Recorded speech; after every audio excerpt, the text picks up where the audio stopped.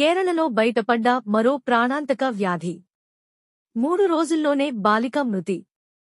కోజికోడ్ జిల్లాలోని 9 ఏళ్ల బాలికకు అమీబిక్ ఎన్కెఫలిటిస్. ఈ ఏడాది జిల్లాలో మొత్తం 4 కేసులు నమోదయ్యాయన్న వైద్యులు. కలుషిత నీటిలో ఉండే అరుదైన బ్రెయిన్ ఈటింగ్ అమీబా వల్ల ఈ వ్యాధి వస్తుందన్న వైద్య నిపుణులు.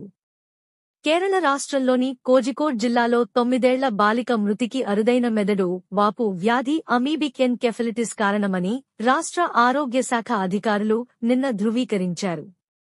కలుషిత నీటిలో ఉండే అరుదైన బ్రెయిన్ ఈటింగ్ అమీబా వల్ల ఈ వ్యాధి వస్తుందని వైద్య నిపుణులు వెల్లడించారు.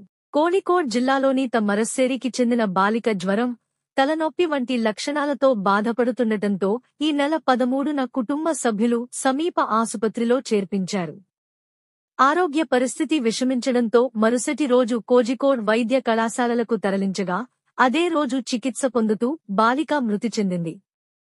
మైక్రోబయాలజీ పరీక్షల్లో అమీబిక్ ఎన్కెఫలిటిస్ వ్యాధి కారణంగా బాలిక మరణించిందని వైద్యులు స్పష్టం చేశారు.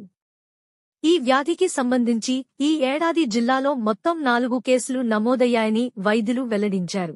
మరోవైపు ఈ వ్యాధి సోకడానికి కారణమైన అమీబా గురించి అన్వేషించడానికి వైద్య నిపుణుల సూచన మేరకు బాలిక నివాస పరిసరాల్లోని నీటి కాలువలు, చెరువులు వంటి వాటిని అధికారులు పరిశీలిస్తున్నారు.